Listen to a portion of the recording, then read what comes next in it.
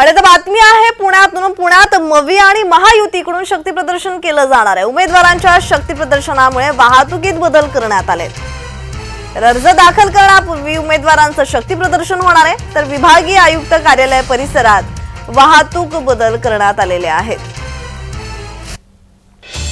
तर लोकसभा निवडणुकीच्या पार्श्वभूमीवर आता सर्वच उमेदवार रस्त्यावर उतरल्याचं पाहावयास मिळालेलं आहे। शक्ती प्रदर्शन करण्यात येत आहे। उमेदवार मतदारांपर्यंत पोहोचण्याचा प्रयत्न केला जातो। प्रत्येक उमेदवार आता शक्ती प्रदर्शन करताना दिसत आहेत। आपली भूमिका मतदारांपर्यंत पोहोचवण्याचा प्रयत्न करताना दिसत आहेत।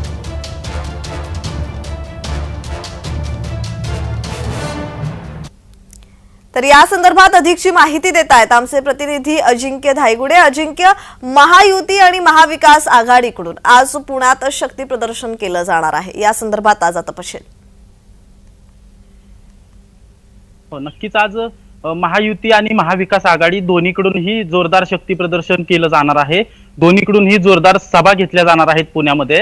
महाविकास आघाडीचे जे उमेदवार आहेत, पुणे लोकसभेचे सुप्रिया सुळे, बारामती लोकसभेचे उमेदवार सुप्रिया सुळे, पुणे लोकसभेचे उमेदवार रवींद्र दंगेकर आणि शिरूर लोकसभा मतदारसंघाचे उमेदवार डॉक्टर अमोल कोल्हे हे तिघे आज आपला उमेदवारी अर्ज दाखल करणार आहेत। यावेळी शरदचंद्र पवार, संजय राऊत आणि बाळासाहेब थोरात असे मोठे दिग्गज नेते महाविकास आघाडीचे उपस्थित असणार आहेत। त्यांची आज जाहीर सभा पुण्यात होणार आहे।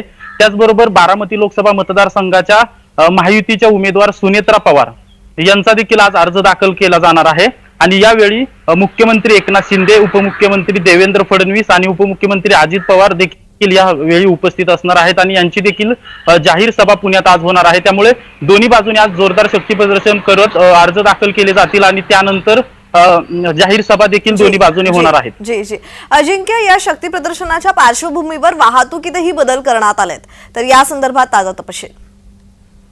हो, नक्कीच या शक्ती प्रदर्शनाला महाविकास आघाडीकडून आणि महायुतीकडून सर्व सेलचे सदस्य असतील किंवा प्रमुख पदाधिकारी असतील, आजी माजी आमदार आणि नगरसेवक असतील, या सर्व लोकांना जे आहे ते उपस्थित राहायला सांगितलेलं आहे। त्यामुळे या भागात मोठी गर्दी होणार आहे। त्यामुळे पुण्यातील विभागीय आयुक्त कार्यालयाच्या आसपासचे जे रस्ते आहेत त्या ठिकाणी आज वाहतुकीसाठी बंद ठेवण्यात आलेले आहेत। ते रस्ते पर्यायी मार्गाचा वापर करण्याला यावेळी वाहतूक पोलिसांनी सुचवलेलं आहे।